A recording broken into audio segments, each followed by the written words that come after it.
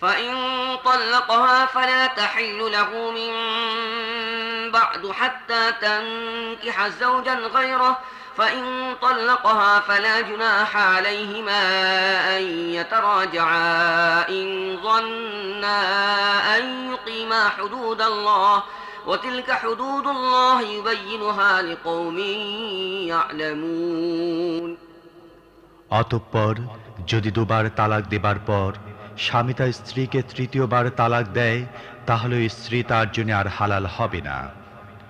তবে যদি দ্বিতীয় কোনো ব্যক্তির সাথে তার বিয়ে হয় এবং সে তাকে তালাক দেয় তাহলে এক্ষেত্রে প্রথম স্বামী এবং এই মহিলা যদি আল্লাহর সীমারেখার মধ্যে অবস্থান করতে পারবে বলে মনে করে তাহলে তাদের উভয়ের জন্য পরস্পরের দিকে ফিরে আসায় কোনো ক্ষতি নেই। এগুলো আল্লাহ নির্ধারিত সীমারেখা, এগুলো ভঙ্গ করার পরিণতি যারা জানে তাদের হিদায়াতের জন্য এগুলো স্পষ্ট করে তুলে ধরছেন। وَإِذَا طَلَّقْتُمُ النِّسَاءَ فَبَلَغْنَ أَجَلَهُنَّ فَأَمْسِكُوهُنَّ بِمَعْرُوفٍ أَوْ سَرِّحُوهُنَّ بِمَعْرُوفٍ ولا تمسكوهن ضرارا لتعتدوا ومن يفعل ذلك فقد ظلم نفسه ولا تتخذوا آيات الله هزوا واذكروا نعمة الله عليكم وما أنزل عليكم من الكتاب والحكمة يعظكم به واتقوا الله واعلموا أن الله بكل شيء عليم। আর যখন তোমরা স্ত্রীদের তালাক দিয়ে দাও এবং তাদের ইদ্যত পূর্ণ হবার পর্যায়ে পৌঁছে যায় তখন হয় সোজাসুজি তাদেরকে রেখে দাও আর নয়তো ভালোভাবে বিদায় করে দাও। নিছক কষ্ট দেবার জন্যে তাদেরকে আটকে রেখো না, কারণ এটা হবে বাড়াবাড়ি। আর যে ব্যক্তি এমনটি করবে সে আসলে নিজের ওপর জুলুম করবে।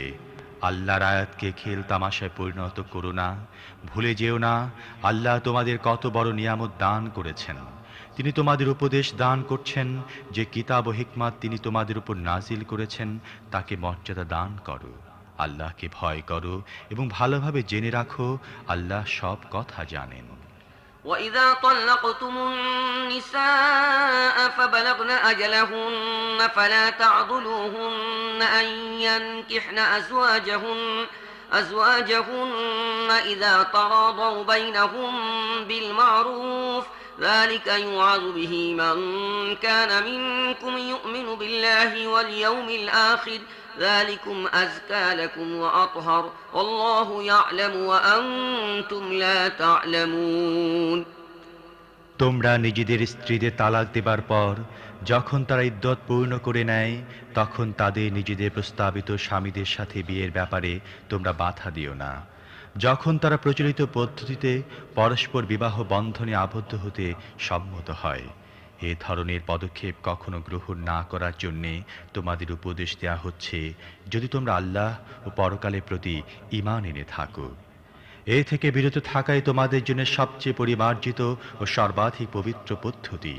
আল্লাহ জানেন, কিন্তু তোমরা জানো না।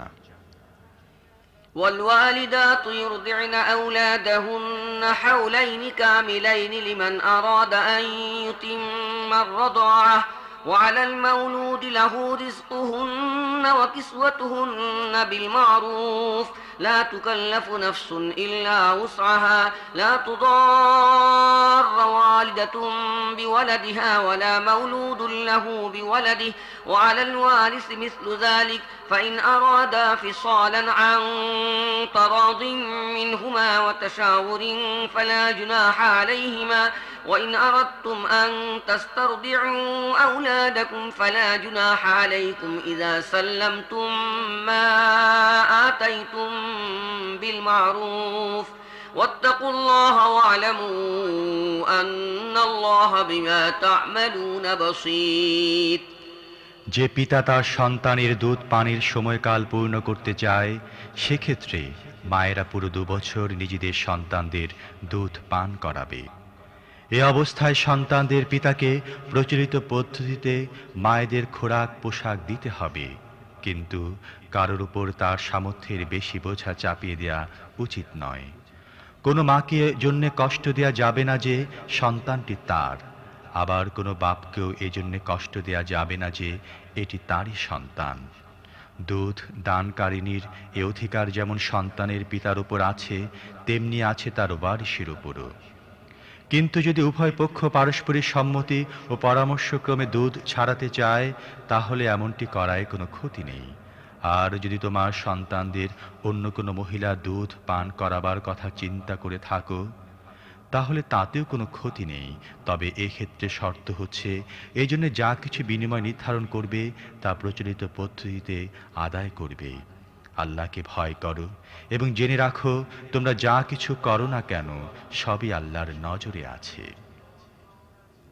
والذين يتوفون منكم ويذرون أزواجا يتربصن بأنفسهن 4 أشهر وعشرا فإذا بلغن أجلهن فلا جناح عليكم فيما فعلن في أنفسهن بالمعروف والله بما تعملون خبير ولا جناح عليكم فيما عرضتم به من خطبة النساء أو أكننتم في أنفسكم علم الله أنكم ستذكرونهن ولكن لا تواعدوهن سرا إلا أن تقولوا قولا معروفا ولا تعزموا عقدة النكاح حتى يبلغ الكتاب أجله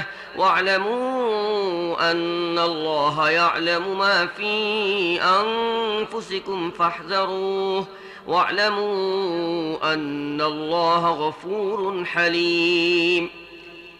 তোমাদের মধ্য থেকে যারা মারা যায়, তাদের পরে যদি তাদের স্ত্রীরা জীবিত থাকে, তাহলে তাদের 4 মাস 10 দিন নিজেদেরকে বিবাহ থেকে বিরত রাখতে হবে।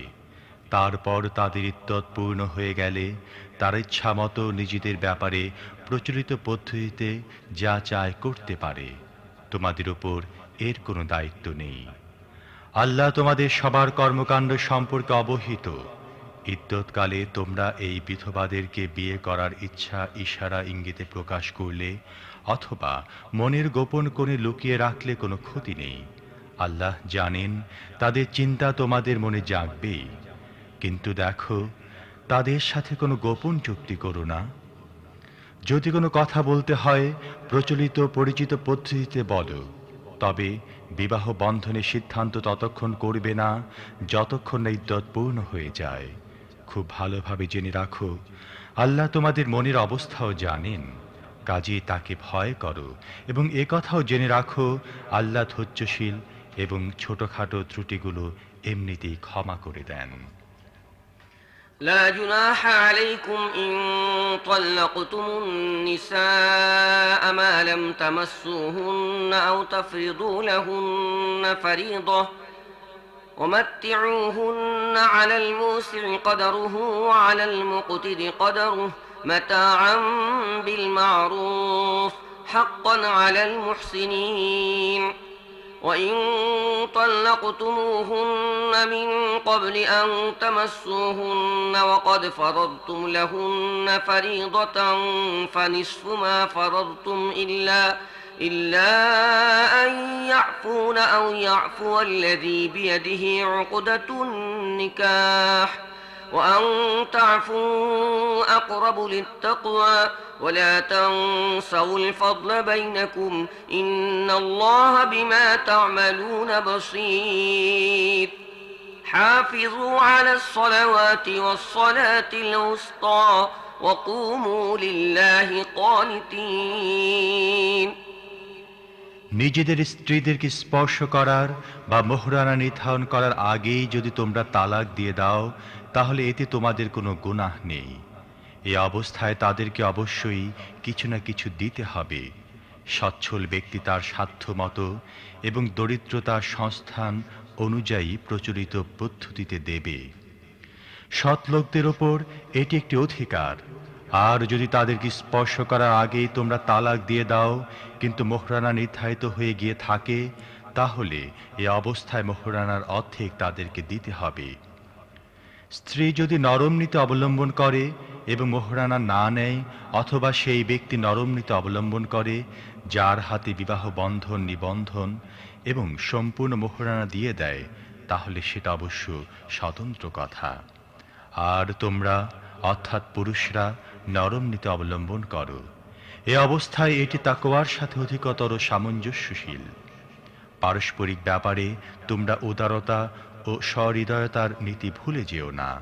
তোমাদের কার্যাবলী আল্লাহ দেখছেন। তোমাদের নামাজগুলো সংরক্ষণ করো, বিশেষ করে এমন নামাজ যাতে নামাজের সমস্ত গুণের সমন্বয় ঘটেছে। আল্লাহর সামনে এমনভাবে দাঁড়াও যেমন অনুগত সেবকরা দাঁড়ায়।